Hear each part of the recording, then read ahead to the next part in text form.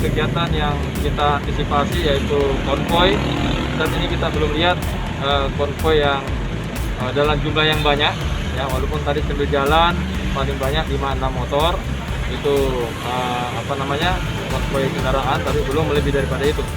Nah, ini kalau ada yang konvoy lebih banyak lagi, ini pasti kita bubarkan dan kita mengimbau untuk mereka balik ke rumahnya.